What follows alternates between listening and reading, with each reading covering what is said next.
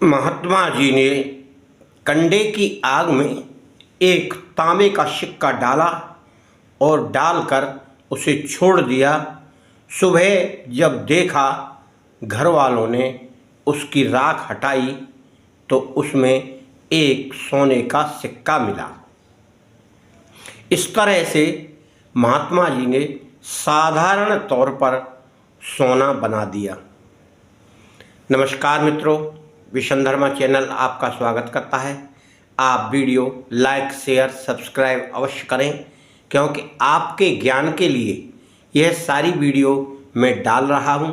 मित्रों, आज हम सोना बनाने की उस गुप्त विधि पर कार्य करेंगे या बताएंगे।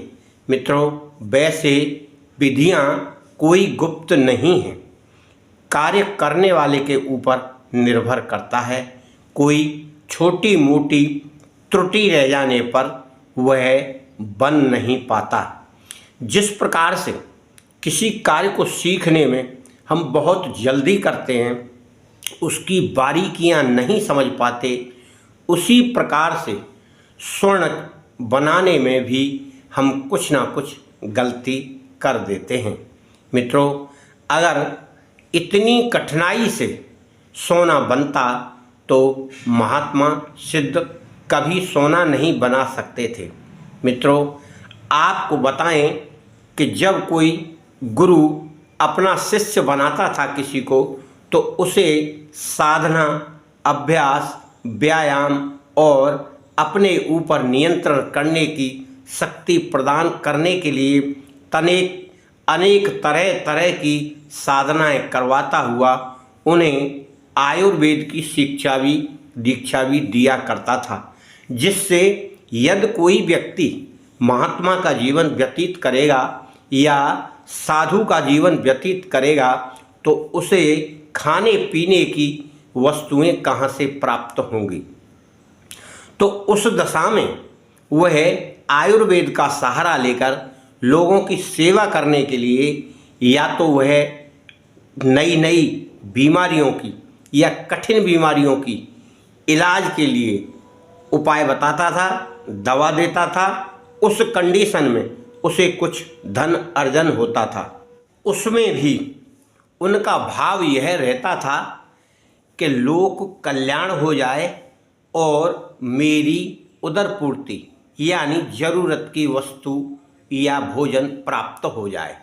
उनका कोई यह उद्देश्य नहीं था कि इस विद्या से या इस विधि से मैं लोगों से धन अर्जित कर लूं और इकट्ठा कर लूं। उनका इकट्ठा करने की प्रवृत्ति समाप्त हो जाती थी। इस तरह का उन्हें ज्ञान या साधना सिखाई जाती थी और बड़े गुरु जो होते थे वह उस क्रिया के बाद उन्हें अंत में स्वर्ण निर्माण की विधि भी बताते थे। क्योंकि यदि इतनी कठिन विधि होती तो जंगलों में रहने वाले साधु संत महात्मा इतनी सामग्री कहाँ से इकट्ठी करते। ना तो कोई यंत्र ही इकट्ठा कर पाते और ना कोई इतनी सामग्री इकट्ठा कर पाते, ना इतना कोई केमिकल इकट्ठा कर पाते। तो यह तो निश्चित है कि वह उन जड़ी बूटियों से और अपनी क्रियाओं से और अपनी साधना के बल पर यह सोना निर्माण करते थे। आपको यह हम बता दे रहे हैं कि यदि किसी वस्तु में या किसी पेड़ पौधे के रस में, फूल में, पत्ती में स्वर्ण की कुछ मात्रा है तो उसी से वह सोना बनाते थे। केवल निकालने की विधि उन्हें मालूम होती थी कि इसमें से अर्जित कैसे किया जाएगा और बेकार का सामान या बेकार की वस्तु या बेकार का तत्व उसमें से कैसे हटाया जाएगा। यह क्रिया वह अपने महान गुरुओं से द्वारा परंपरागत सिखाई जाती थी। हर शिष्य को यह विद्या नहीं सिखाई जाती थी। ग्रुप में रहने वाले 2-4 शिष्यों को एक शिष्य को सिखा देते थे और उसी से उन सभी शिष्यों का कार्य होता था। आज भी हमारे भारत में ऐसे गुरु, ऐसे संत हैं जो साधारणतया दिखने में साधु लगेंगे और वह उस विद्या को जानते हैं और बड़े ही आराम से आपके सामने वह बना देंगे, परंतु आप दुनिया भर का तामझाम रखे हैं और दुनिया भर की बातें करते हैं और दुनिया भर का कार्य करते हैं, फिर भी सोना नहीं बनता है। इसीलिए आज हम आपको एक छोटी सी विधि काक, चंडेश्वर और रसतंत्र की विद्याएं हम आपको बताते हैं। तो उसमें से जो वनस्पतियां महत्वपूर्ण हैं, विशेष उनका स्थान है, जिन पर ईश्वर का वास है और उनमें वह तत्व अधिकता में पाया जाता है, उसके विषय में हम जानकारी दे रहे हैं। और आप निश्चित करके मानिए कि वह आप विद्या अगर जान गए या आप करने लग गए तो हो सकता है आप अपने मिशन में सफल हो जाएं, क्योंकि हर क्रिया में कोई न कोई गुप्त बात छिपी रहती है और सबसे गुप्त बात छिपी रहती है आपकी जल्दबाजी। यानी आप जल्दबाजी में कार्य करते हैं। आप बहुत तसल्ली से, बहुत शांति से कार्य करेंगे और उसके साथ घुटाई उसमें जो करते हैं उसमें आपको मंत्र का जाप करना होता है। जाप आप किसी भी देवी देवता का मंत्र जाप करें, लक्ष्मी जी का जाप करें या शिव जी का जाप करें, क्योंकि लक्ष्मी जी धनदायिनी हैं और शिव जी इस संपूर्ण आयुर्वेद के, तंत्र शास्त्र के और इस ब्रह्मांड के नायक हैं। उन्होंने काक चंडेश्वर में पार्वती जी को वह सारा ज्ञान दिया है, इसलिए ओम नमः शिवाय का भी जाप आप कर सकते हैं। मित्रों, कुछ कुछ जड़ी बूटियाँ हर स्थान पर नहीं मिलती हैं।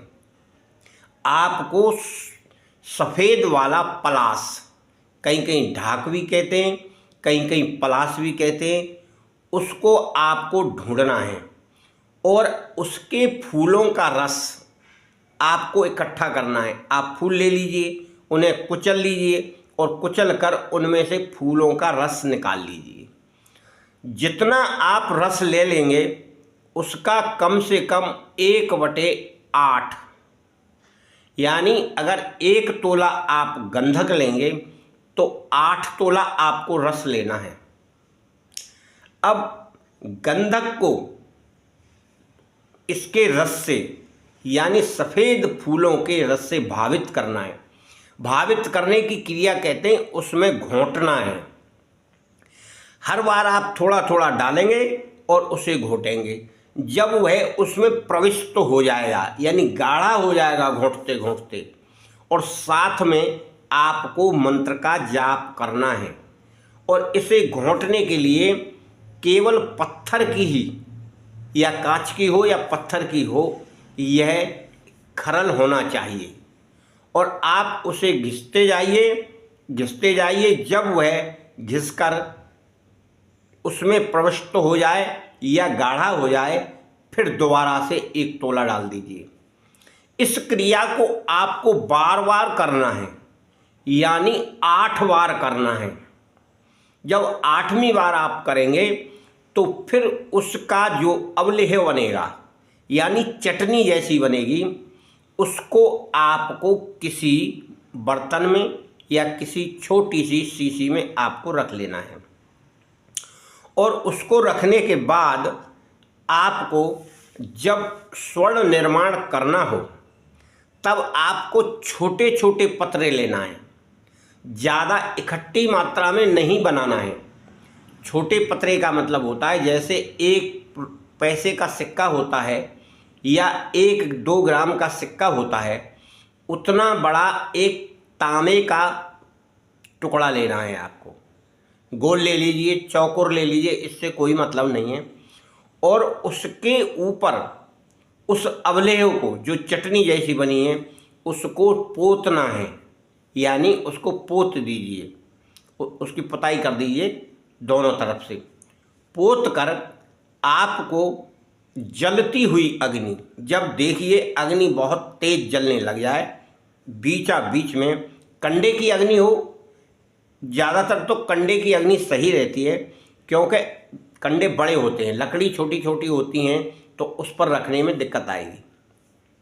कंडे की अग्नि, एक कंडा नीचे रख लीजिए और चारों ओर कंडे लगाइए, जब वह जलने लगे, उसमें अच्छी जल जाए आग, तब आपको वह सिक्का जिसके ऊपर आपने यह गंधक का और फूलों के रस का चटनी जैसा अवलेह लगाया है उसको एकदम उसमें डाल दीजिए। जब काफ़ी तेज अग्नि में आप उसे डालेंगे तो वह स्वयं स्वर्ण में परिवर्तित हो जाएगा। यह गुप्त विद्या है और गुप्त विद्या गुप्त ही रखी जाती है। जिस प्रकार से तंत्र विद्याएं गुप्त रहती हैं और तंत्र क्रियाएं गुप्त की जाती हैं, उसी प्रकार से स्वर्ण क्रिया भी गुप्त ही की जाती है। यदि कोई इसका बखान करेगा, यदि कोई इसका प्रचार करेगा कि मैंने बना लिया, मैं ऐसा कर सकता हूँ, वैसा कर सकता हूँ, उसे कभी जीवन में फिर दोबारा नहीं बनेगा। फिर इसके साथ बनने के बाद यदि आप उसे कहीं बेचते हैं तो उसमें से आपको कुछ पुण्य भी करना है। टोटल पूरा का पूरा आप उसे हजम नहीं कर सकते, यह उसमें ईश्वर का बंद लगाया हुआ है। यानी आपको कुछ ना कुछ कल्याण की भावना से उसमें से दान करना है या परमार्थ करना है। आप अपना भी काम चलाएंगे परंतु परमार्थ करना बहुत आवश्यक है, तब आपकी साधना आगे चलेगी मित्रों। क्योंकि बिना कल्याण के यहाँ इस संसार में ऋषियों ने, मुनियों ने, सिद्धों ने कोई भी क्रिया नहीं बताई है। केवल आप धन के अर्जन के लिए, स्वार्थ के लिए कोई कार्य करेंगे तो की हुई क्रिया, जानी हुई क्रिया भी आपकी फेल हो जाएगी, वह फिर कार्य नहीं करेगी। जिस प्रकार से सिद्ध किए हुए मंत्र भी बहुत बार फेल हो जाते हैं क्योंकि उन्हें उनका लालच ले डूबता है।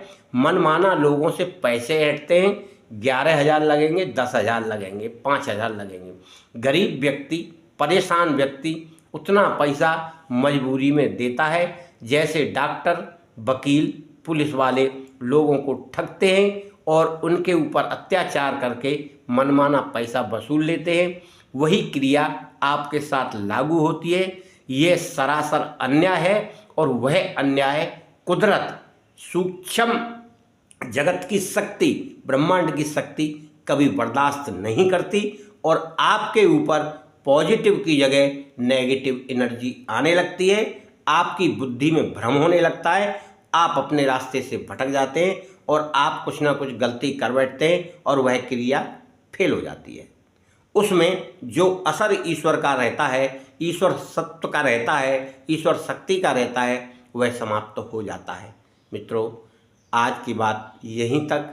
आप अपना कार्य सुचारू रूप से, ईमानदारी से, सत्य पर रहकर करेंगे, आपको सफलता अवश्य प्राप्त होगी। यह हमारा शुभ आशीर्वाद है।